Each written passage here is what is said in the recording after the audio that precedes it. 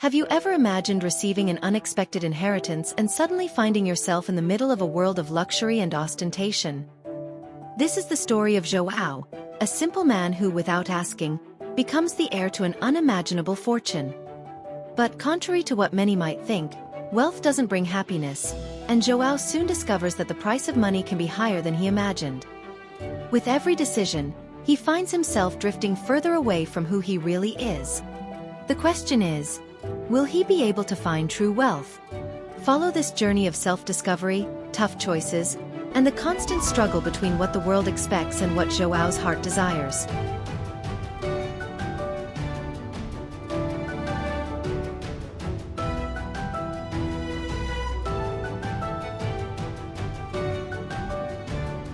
João had always lived a simple life. He worked as an administrative assistant at a small company and lived in a modest apartment, where most of his time was dedicated to work and close friends. His greatest desire was a peaceful life, far from the luxuries he considered unnecessary. However, all of that changed when he received a letter one ordinary morning. It was a notice from the lawyer of a distant uncle, whom he barely remembered. The uncle, whom João knew to be an eccentric billionaire, had passed away, and to João's surprise, he was the sole heir to his vast fortune. At first, João thought it was some kind of cruel joke. But when the lawyer Ricardo came to meet him in person, he could no longer doubt it. The inheritance was real, and João had inherited mansions, luxury cars, investments in businesses, and properties around the world. A fortune that could change his life forever. But instead of feeling joy, João felt an enormous weight settle on his shoulders. He didn't know what to do with so much money, and the thought of living a life of ostentation made him uncomfortable. Ricardo, the lawyer, wasted no time in trying to convince him that this inheritance was a blessing. You can live the life you've always wanted, João. No more limitations. You have the power to shape your future as you wish. However, Ricardo's words fell on deaf ears. João only thought about how his simple life, although lacking in great luxuries, had always made him happy.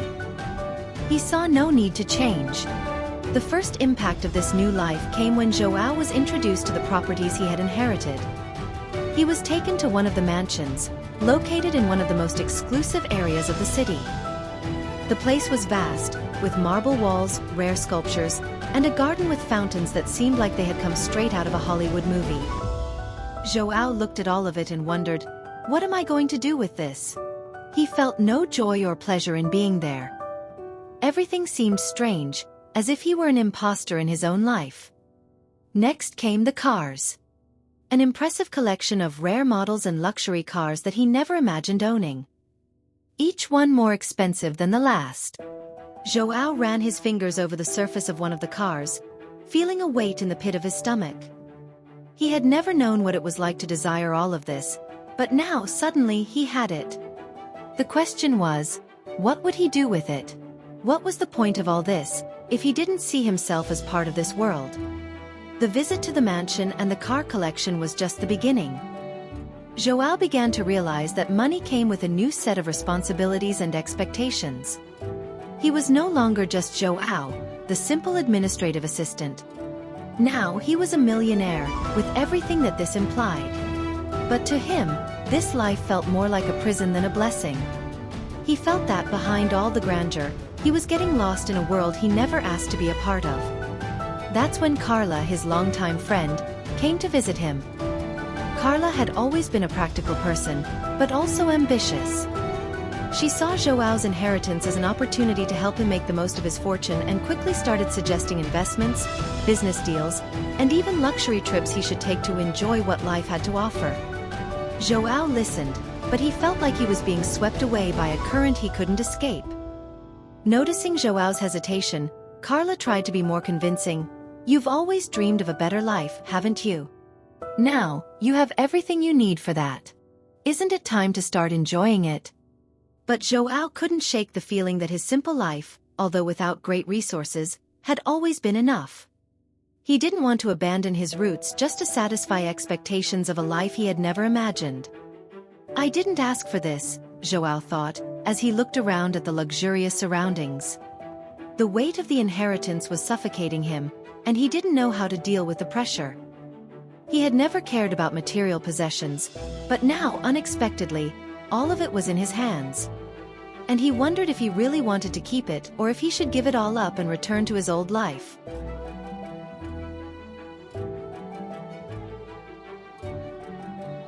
João was forced to face his new reality when he began receiving invitations to high-level events.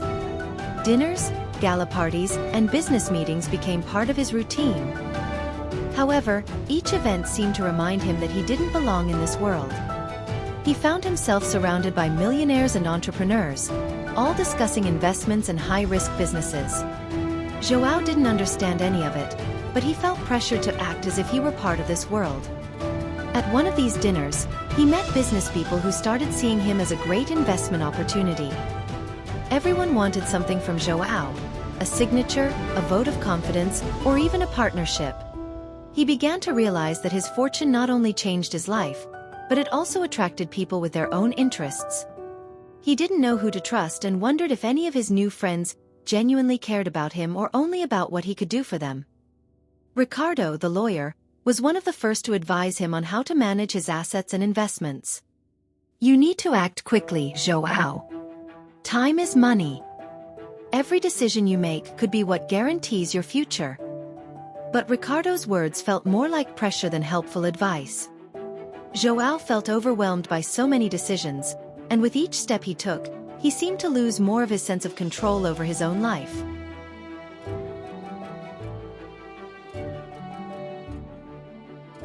As the days went by, João began to realize that his life was changing in ways he couldn't control. His work in the office had become secondary, and meetings, dinners, and events began consuming most of his time. He was surrounded by influential people, all trying to win his attention and support. But deep down, João felt empty. He looked at the expensive clothes, the luxury cars, and the mansions, but none of it seemed to fill the growing void inside him. He started questioning who he really was. What was left of João, the simple man, amidst so much ostentation? He knew his life had changed forever, but he didn't know whether it was for better or worse. Money, which was supposed to be the solution to his problems, had become a constant source of anguish. He was surrounded by luxury, but felt lonelier than ever.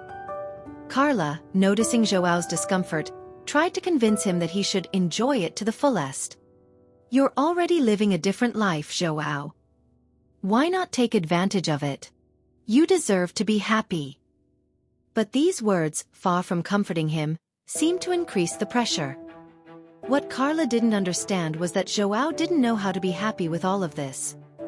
His happiness wasn't in things, but in the people and simple experiences he was leaving behind. Little by little, João began to distance himself from everything and everyone. He stopped attending events, refused invitations for luxury trips, and even avoided calls from Ricardo, who was always giving him new advice on how to invest and spend his fortune. But no matter how much he tried to withdraw, the pressure was constant. His once simple life seemed to be fading, and he didn't know how to return to what he was. He no longer had control over what was happening around him. His relationship with his old friends also began to deteriorate. João realized that, although his fortune had placed him in a new world, he had lost the genuine connection with the people who really mattered. His old friends seemed distant, and in turn, he felt he had nothing in common with them anymore. But the truth was, he didn't feel comfortable in this new world, and he missed the simplicity his life used to have. The emptiness of his new reality was becoming unbearable. He no longer knew who he was or how to relate to the people around him. He looked at the faces surrounding him, all smiling and talking about their own businesses and interests, and wondered, "Do I belong in this world?"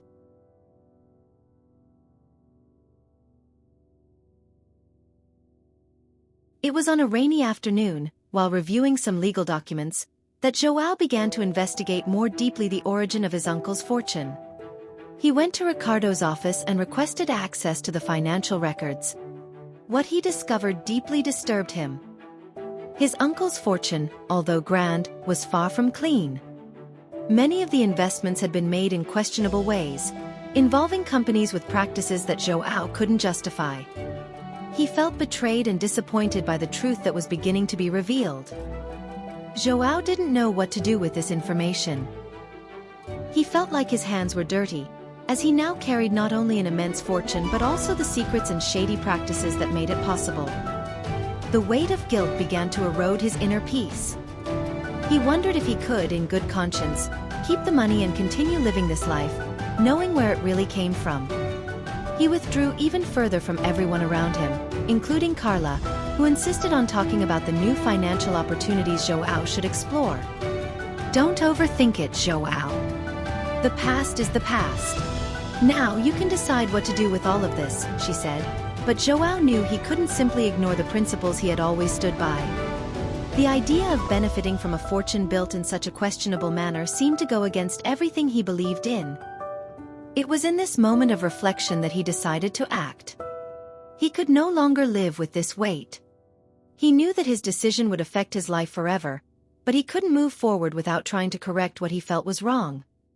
The internal struggle between continuing to enjoy the money and getting rid of it all was destroying him. He needed a plan, a way to resolve things and return to his life in an honest way. Ricardo tried to persuade him to invest even more, telling him that he could change his fortune and build a more solid empire, but João was firm in his decision. I don't want this, João said to Ricardo. I need to do something with this inheritance, something that makes me feel like I'm not just throwing money away.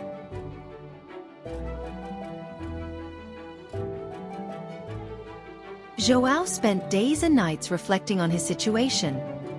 He knew he had to make a decision that would change his life, but doubt consumed him. Every time he thought about giving up the fortune, the doubt sank deeper. Would it be a noble act, or simply a way to escape the responsibility that the inheritance brought? He remembered Carla's words, "You can't just reject what's been given to you." But he couldn't see how he could live with the guilt of continuing in a world that seemed so far from everything he believed to be important. The social pressure was also increasing. Friends and acquaintances of his uncle began to appear, interested not only in the fortune but also in the opportunities that could arise. They saw him as a chance for personal and professional growth. Some were persuasive, others more subtle, but all seemed to want something from him. João could no longer distinguish whether they were genuinely interested in him or just in his wealth. It was when Carla took him to a gala event that he was introduced to high-profile businesspeople. There, the pressure to do business and establish partnerships was intense. He felt like a fish out of water, not knowing how to act or what to say. The conversations revolved around numbers, investments, and profits, while João wondered, is this really my world? That night, after the event, João felt a deep sadness. He realized that what he feared the most was losing his essence. The idea of being a rich and successful man didn't bring him joy. On the contrary, he felt suffocated by something he never wanted. He sat alone in his office, looking at the view of the illuminated city. The vastness of the fortune he had inherited didn't seem to make up for the loneliness and emptiness he felt. The decision was clear, but still, he hesitated. Return the fortune, or try to continue in a world he never wanted to be a part of. He knew there were no easy answers. But one thing was certain. He couldn't live a life based on false promises. He needed to regain his inner peace, no matter the price it would cost. Finally, in a moment of clarity, João stood up and made his choice.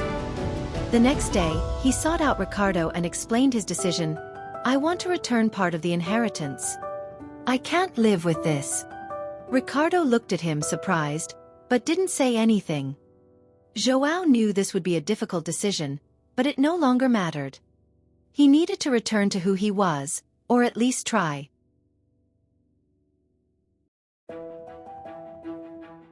When João told Carla about his decision, she was upset. You can't do this, João. You have everything now.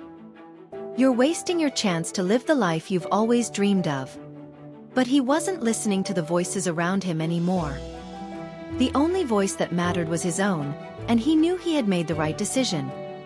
João contacted the legal team to begin returning the properties and assets. He no longer wanted to be responsible for a legacy that didn't align with his values. When he met with Ricardo to communicate his choice, the lawyer tried to convince him that he was being impulsive. "You don't understand what you're doing. Your uncle's inheritance represents much more than you realize," Ricardo said, but João was firm. "I understand perfectly," he replied. "I won't carry this burden." It was at that moment that João had a decisive conversation with the only person who could help him understand the true reasons behind his uncle's fortune. Dona Marta, his uncle's close friend, who also knew about the shady business practices. When João shared his discoveries with Dona Marta, she looked at him with sadness. "Your uncle wasn't an easy man, João. He made tough choices, but deep down, he believed he was creating something for the future." These words made João reflect even more. Would his uncle have regretted everything he had done? João knew he couldn't change the past, but he could control his future. He decided to give part of the fortune to charity, with the aim of helping those who truly needed it. Not as a form of redemption, but as a way to balance out the wrong choices his uncle had made. He didn't want to live in a world where money bought everything. And finally, he felt lighter for making this decision.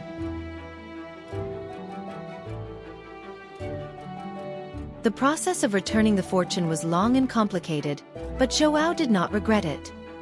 He lost assets, properties, and a life that could have been filled with luxury and ostentation, but gained something that couldn't be bought: peace of mind. Over the following months, he began to rebuild his life. Gradually, he reconnected with old friends, those who knew him before the wealth. He discovered that true happiness wasn't in money, but in human relationships and the simple experiences of life.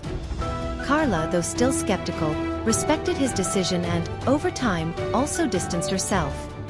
She couldn't understand how anyone could give up all of that, but João no longer felt the need to justify his choices. He knew that by making this decision, he was closer to being who he truly was. João returned to his work at the office, but this time with a new perspective. He no longer had the luxuries or the pressure that came with wealth, but he also no longer carried the weight of guilt and dissatisfaction. He felt light, and for the first time in a long time, happy. He had learned that true wealth wasn't in what he possessed, but in what he could give and receive from others. João's story spread among his friends and acquaintances, and many began to question what really mattered in their lives. But João knew, deep down, that his journey wasn't about others. It was about himself. He had found true wealth, inner peace, love for the small things, and the happiness of living according to his own values.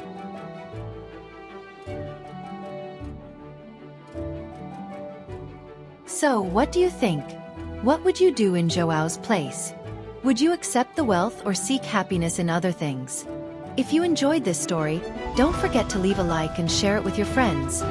And of course, subscribe to the channel so you don't miss more exciting stories like this one. Your support is essential for us to bring more amazing content to you. See you next time.